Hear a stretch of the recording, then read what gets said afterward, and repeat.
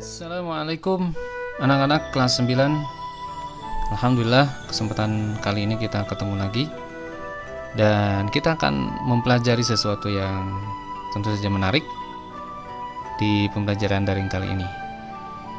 Dan perlu diketahui sesuai dengan kesepakatan di MGMP, pembahasan di bab yang kedua ini justru kita mengambil bab yang ketiga yang ada di modul kalian. Kalian boleh buka di halaman 35 untuk bahasan ini.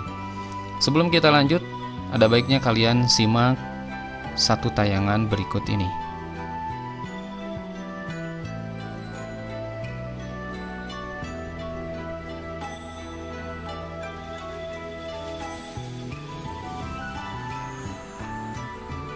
Oke, anak-anak sekalian, pasti di antara kalian sudah pernah melihat dan menonton ini. Tentu saja tayangan ini hanya tayangan sebagian saja untuk memberikan gambaran bahwa apa yang akan kita pelajari ada kaitannya dengan film pendek ini. Ada yang tahu apa judulnya? Iya betul, judulnya adalah Transformer. Nah, tentu dari namanya saja sudah ada kaitan dengan bahasan kita, yaitu transformasi. Nah, anak-anak bukan dari seru perkelahiannya yang akan kita bahas, tapi yang kita lihat adalah di sini ada sesuatu yang bisa kita simak, di mana adanya terjadi perubahan bentuk, ya. Oke, cukup sepertinya untuk tayangannya. Kita akan lanjutkan ke pembahasan materinya. Nah, anak-anak, jadi sebetulnya apa sih transformasi itu? Baiklah, kata Abdul, transformasi itu dapat diartikan perubahan letak atau bentuk dari suatu bangun geometri menjadi geometri yang lain. Dengan kata lain, suatu bangun geometri dapat diubah letak dan bentuknya. Begitu katanya. Oke. Memang sudah benar apa yang barusan disampaikan untuk definisi transformasinya. Nah, untuk mempelajarinya, kita punya materi prasyarat yaitu tentang sistem koordinat Kartesius. Jadi, kamu harus siapkan buku corak catur ya untuk pembelajaran kita kali ini. Untuk transformasi sendiri itu terbagi menjadi 4 bagian bahasan. Yang pertama translasi, yang kedua refleksi, yang ketiga rotasi, dan yang keempat adalah dilatasi. Nah, kita akan bahas dengan sesuatu yang lebih mudah terlebih dahulu, yaitu translasi. Oke anak-anak, pembahasan yang pertama tentang translasi ini Ustadz berikan sesuatu imajinasi sedikit. Kalau kamu tahu tentang permainan ini, maka permainan ini mewakili bentuk translasi. Perhatikan setiap pion bergerak, bergeser dari tempatnya masing-masing menuju tempat lain sesuai dengan aturannya. Nah, itu adalah gambaran translasi yang sederhana. Jadi apa translasi yang dimaksud? Ya, translasi itu adalah pergeseran. Translasi itu merupakan transformasi yang memindahkan setiap titik pada bidang dengan arah dan jarak tertentu. Begitu. Oke, untuk lebih jelasnya perhatikan. Ini untuk definisinya. Nah, translasi titik A, X, Y, untuk titik itu ingat ya, X, Y, absis, ordinat. X, absis, Y ini adalah ordinat. Dengan menggeser absis sejauh A dan menggeser ordinat sejauh B. Sedemikian, sehingga titik A aksen atau bayangan dari A itu menjadi X tambah A, Y tambah B. Begitu. Nah, notasinya seperti ini. Mudah ya. Jadi untuk mendapatkan bayangan dengan bentuk translasi itu tinggal ditambahkan absis dengan absis, ordinat dengan ordinat, begitu. Oke, kita perhatikan contoh. Misalnya kita memiliki titik A 4,2, kemudian kita geserkan ke kanan 2 langkah, kemudian ke atas, ya, ke kanan 2 langkah, ke atas 1, 2, 3. Nah, untuk translasi itu yang pertama, unsur yang pertama untuk A ini pilihannya adalah kanan atau kiri, sedangkan unsur B pilihannya atas atau bawah. Jadi kanan untuk positif, kiri untuk negatif, sementara untuk yang B-nya atas positif, bawah negatif. Nah, barusan titik A itu bergesernya ke kanan 2 langkah, ke atas 3 langkah. Artinya translasinya 2, 3 ya. Nah, kita dapatkan titiknya ternyata ini titik 6,5. Nah, 6 dari mana? 4 tambah 2. Sementara 5 dari mana? 2 tambah 3. Gitu aja. Kita coba cek lagi satu lagi ya, titik B negatif 4,2. Titiknya negatif 4,2. Digeser ke kanan 2 langkah, kemudian ke bawah. Ya, kita ulang, ke kanan 2 langkah, ke bawahnya 1, 2, 3, 4. Nah, kira-kira berapa hasil translasinya? Ditranslasi dengan 2 negatif 4. 2 ke kanan, ini negatif 4 artinya 4 langkah ke bawah. Maka hasilnya negatif 2, negatif 2. Tinggal ditambahkan saja negatif 4 tambah 2, 2 ditambah negatif 4. Atau tadi translasi ini bergeser ke kanan 2 langkah, baru ke bawah 4 langkah. Nah, mudah bukan untuk translasi? Kalau misalnya diberikan sebuah bidang seperti ini, bisa yakin kalian bisa menentukan hasil translasinya. Nah, ini ada A, B, C, D. Kamu boleh coba dengan menggeser di gambar, di corak catur masing-masing, atau menghitungnya secara langsung sesuai dengan aturan yang tadi sudah dicontohkan. Cukup mudah bukan untuk translasi? Ya, silahkan ini coba dan nanti kita evaluasi ya. Sekarang kita lanjut di pembahasan yang kedua, yaitu tentang refleksi. Oke, lebih fokus karena refleksi ini agak banyak ya pembahasannya, tapi juga tidak terlalu panjang. Nanti kalau kuncinya sudah ketemu pasti akan terasa sangat mudah. Refleksi itu seperti ini. Kalau ini cermin, ini benda asli, maka ini bayangannya selalu sama jaraknya dan bentuknya. Kalau kamu bercermin di cermin datar, akan seperti ini. Persis kita seperti memiliki kembaran ya, tidak ada yang berubah baik bentuk maupun ukuran. Jadi untuk cermin itu sifatnya sama ya. Oke, jadi refleksi ini adalah proses pencerminan setiap titik pada bangun geometri terhadap garis tertentu yang disebut dengan sumbu cermin atau sumbu simetri.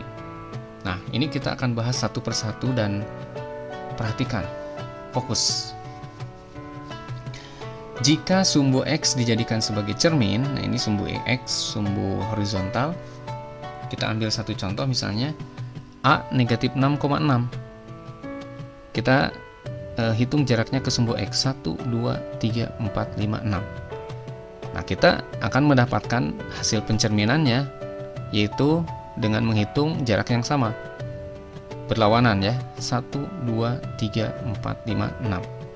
Nah, perhatikan negatif 6,6 dicerminkan terhadap sumbu X, ternyata hasilnya negatif 6, negatif 6.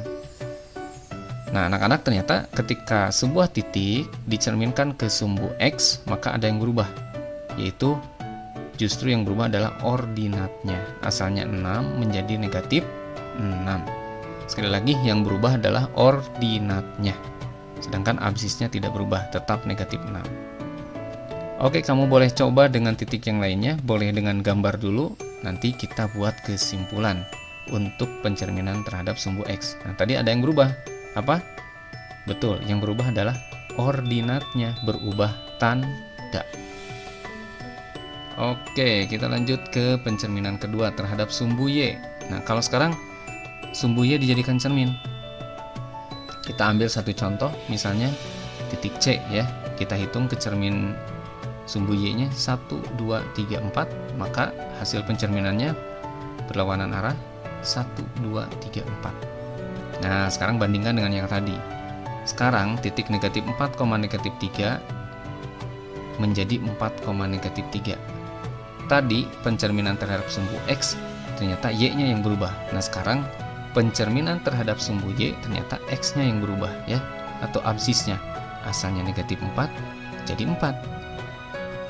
Gampang kan? Kalau tidak percaya silahkan coba 3 titik lainnya. Sekali lagi, boleh dengan gambar, atau kalau kamu punya kesimpulan, boleh langsung ditentukan hasil pencerminannya. Baik, kita lanjut ke pencerminan berikutnya, yaitu pencerminan terhadap garis Y sama dengan X. Nah, ini garisnya miringnya ke sebelah kanan ya untuk garis Y sama dengan X. Dan kalau dia dijadikan cermin, kita ambil satu contoh A lagi ya, negatif 6,6 dicerminkan. Ini kalau pakai mister akan lebih kelihatan. 1, 2, 3, 4, 5, 6 1, 2, 3, 4, 5, 6. Ini hasilnya ya, bayangannya adalah 6, negatif 6.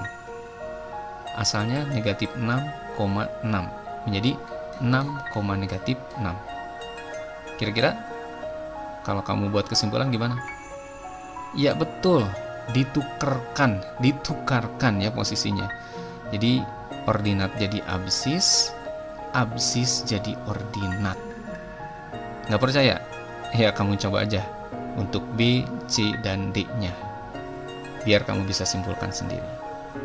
Nah, sekarang kebalikannya, pencerminan terhadap garis Y sama dengan negatif X. Kalau tadi garis Y sama dengan X miringnya ke kanan ke sini, nah ini garis Y sama dengan negatif X miringnya ke kiri. Nah, kita ambil satu contoh, C negatif 4, negatif 3. Kemudian pakai mistar dengan jarak yang sama, kita dapatkan pas di sini ya, C aksennya menempati titik B, hasilnya 3,4. Coba apa bedanya dengan yang tadi? Iya, bertukar tempat, tapi ada yang berubah. Kan asalnya negatif 4, negatif 3 jadi 3,4. Kalau tadi terhadap sumbu Y sama dengan X cuma bertukar tempat saja. Nah, kalau ini selain bertukar tempat, absis jadi ordinat, ordinat jadi absis, juga berubah tanda. Asalnya negatif jadi positif. Ya. Nah, begitu. Kalau yang tadi tidak ada berubah tanda, hanya berubah tempat saja. Oke. Coba titik yang lainnya, kemudian silahkan simpulkan. Kita lanjut. Pencerminan terhadap titik 0,0, titik pusat di sini ya. Pertemuan antara sumbu X dengan sumbu Y, ketemunya di titik 0,0. Kita ambil satu titik contoh, titik D 7, negatif 6. Dicerminkan pakai mistar ya. Kita dapatkan D aksen negatif 7,6. Kira-kira apa kesimpulannya? Asalnya 7 jadi negatif 7, asalnya negatif 6 jadi 6. Penasaran kan? Ya, kamu coba aja dengan titik yang lainnya. Benar nggak sih kalau dicerminkan ke titik 0,0 hasilnya seperti ini? Apa yang terjadi? Ya, berubah tandanya.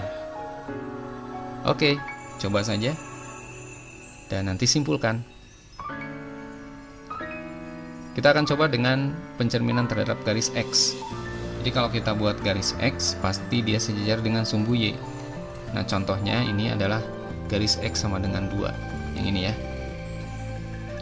Jadi X sama dengan 1 yang ini, X sama dengan 2, X sama dengan 3, X sama dengan negatif 2 di sini, dan seterusnya. Nah, sekarang kita coba satu titik ini terhadap garis X sama dengan 2. 1, 2, 3, 4, 5, 6. Maka bayangannya 1, 2, 3, 4, 5, 6 di sini. Asalnya negatif 4, negatif 3, hasilnya 8, negatif 3. Dari mana 8? Nah, ternyata 8 itu didapat dari 2 kali cermin. Nah, cerminnya kebetulan 2 ya. 2 kali 2 dikurangi absisnya. Jadi 8 itu kalau kita hitung 2 kali X dari kali cermin ini ya, 2 kali, katakanlah ini H ya, 2 kali H dikurangi ordinat, nah dikurangi X. Nanti kamu coba negatif 2 kali H, 2 kali 2 4 ya, dikurangi X, X nya negatif 4, jadi 4 dikurang negatif 4 hasilnya 8. Kurang lebih seperti itu.